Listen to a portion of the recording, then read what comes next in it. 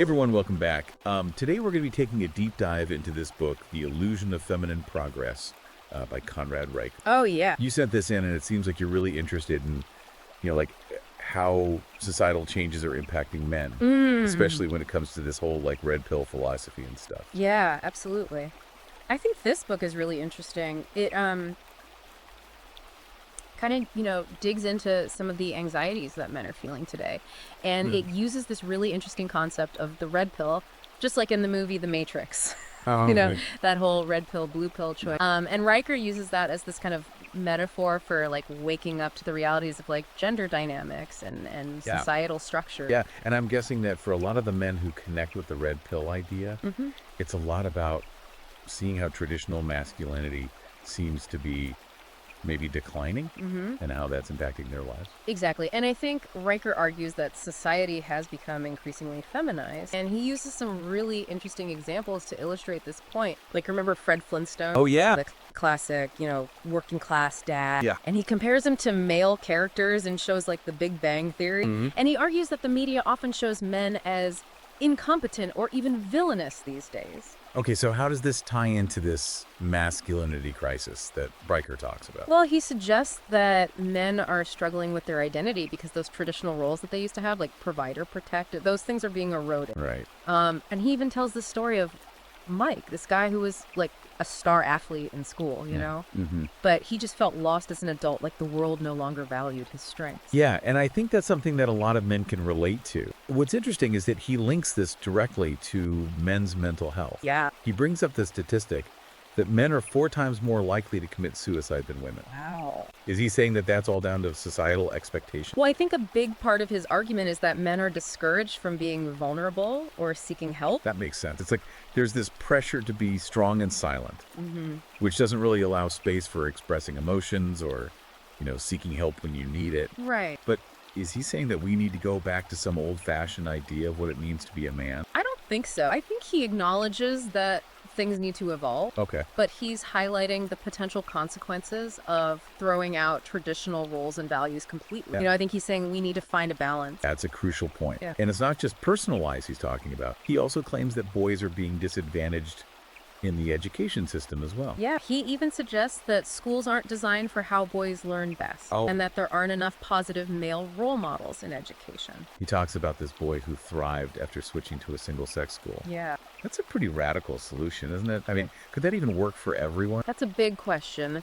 And it leads to this bigger debate about whether the current system is really failing guys, and if so, what the alternatives might be. Now, he doesn't stop there. He goes on to say that there are systemic biases against men, especially in family courts. He even uses the Johnny Depp and Amber Heard case as an example of how accusations can impact a man's life. That's right. And he cites statistics suggesting that mothers are often favored in child custody cases. Wow. And that alimony can be a huge financial burden for men. It almost sounds like he's suggesting that there's this presumption of guilt against men in certain situations. Yeah. He uses some pretty strong language here. Okay. He actually refers to it as a war against men. Wow. Playing out in courts, in the media, and even in everyday life. Wow, that's a powerful statement. I'm really curious to hear more about this war against men and how he thinks it's affecting society as a whole. Yeah. But maybe that's a good place to pause for now and pick it up in the next part. I agree. There's a lot to unpack here. Yeah. I think diving into the specifics of his argument will be really illuminating. Sounds good.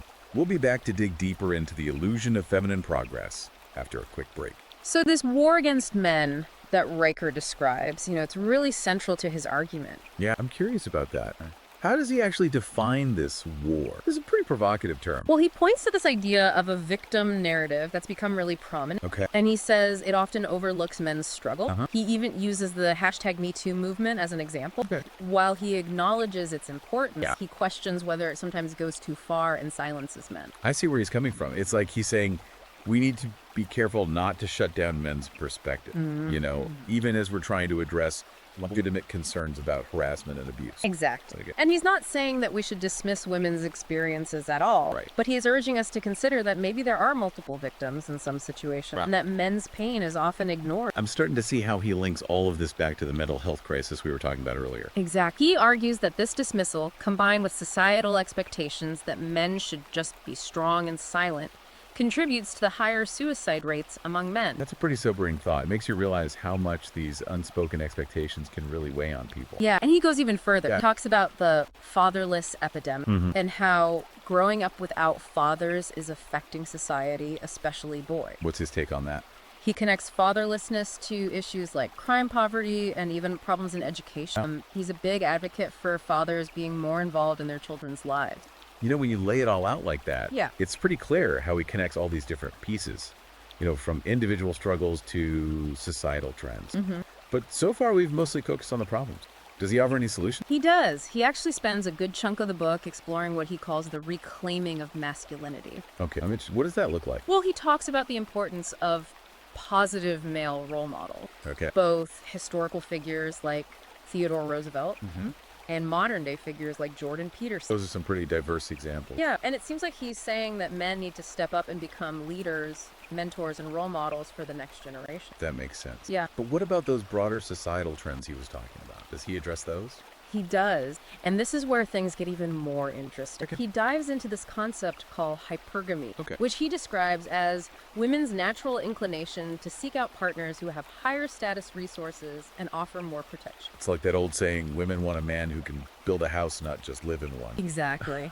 And he even uses the Flintstones as an example, Wow. pointing out how Wilma is always pushing Fred to be more successful. So is he saying this is all women's fault? No, not quite. He argues that this drive is natural for women, Okay. but that it's been amplified by the feminist movement, which encourages women to focus on their careers and financial independence. I can see how that could create tension if men are feeling like their traditional roles are being undermined while also facing pressure to achieve more than ever before. It's exactly the conflict he highlights. Right. He suggests that this is leading to unhappiness for both men and women. Okay. Women are always striving for more, never feeling content, and men are feeling inadequate and resentful because they can't keep up. Wow, that's quite a cycle. But where does this leave us?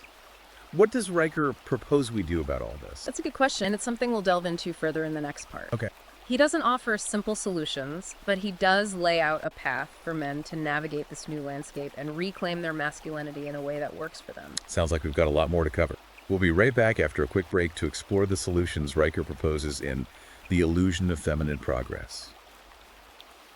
All right, so we're back, and we're ready to unpack this final part of The Illusion of Feminine Progress. We've talked about, you know, the problems that Riker lays out. Right. This war against men and the challenges to traditional masculinity. Yeah. Now let's get into what he actually suggests men can do about it.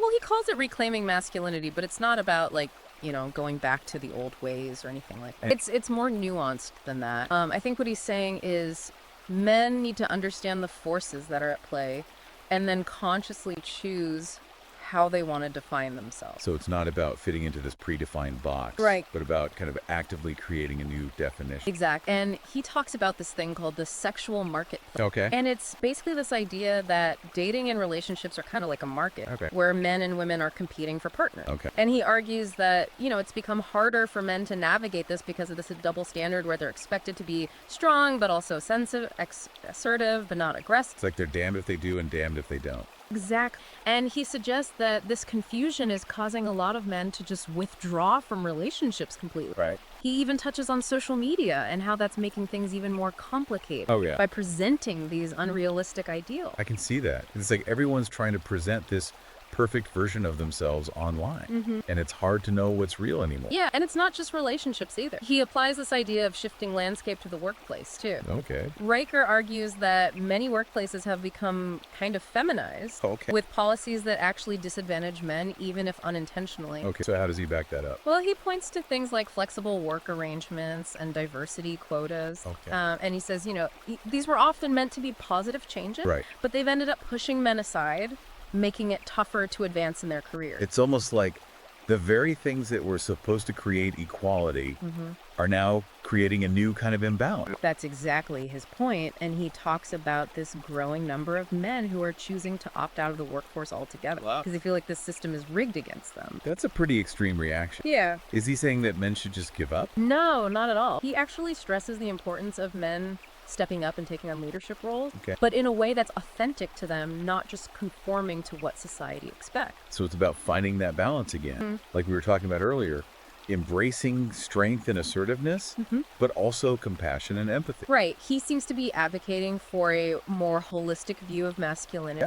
He even discusses the concept of male emasculation, Okay. where men are stripped of their power and their self-worth. It seems like what he's saying is that the pendulum has swung too far in one direction, and now we need to find a way to kind of bring it back to the center. Exactly. And he's not just talking about individual men here. Yeah. He ties this back to fatherhood. And he argues that these societal shifts are making it harder for men to be good fathers. How so? Well, he points to things like high divorce rates, single motherhood, and bias against fathers in family courts. Okay. And he's basically saying it's creating a generation of fatherless children, which leads to all sorts of problems for society. So what's the answer? How do we fix this? Well, he advocates for reforming the family court system to make it more fair for fathers and encouraging shared parenting. He also emphasizes the need for positive male role models, not just in families, but in society as a whole. It's interesting that he links all these seemingly disparate issues, from sitcom dads to family courts to the way men are portrayed in the media, and ties them all back to this core idea of redefining masculinity. Yeah, it's a pretty ambitious argument for sure, but it definitely gives you a lot to think about. Absolutely. So for our listeners who are, diving into this topic, where do they go from here? Well, reading The Illusion of Feminine Progress is a great start. Riker offers a lot of food for thought. Yeah. And it's sure to spark some interesting conversation. You can find it on Amazon Kindle and Google Play Books. Awesome. Well, thanks for joining us on this deep dive. Yeah, thanks for having me. It's been a really fascinating conversation, and we hope you've come away with some new insights into this complex and ever-evolving topic.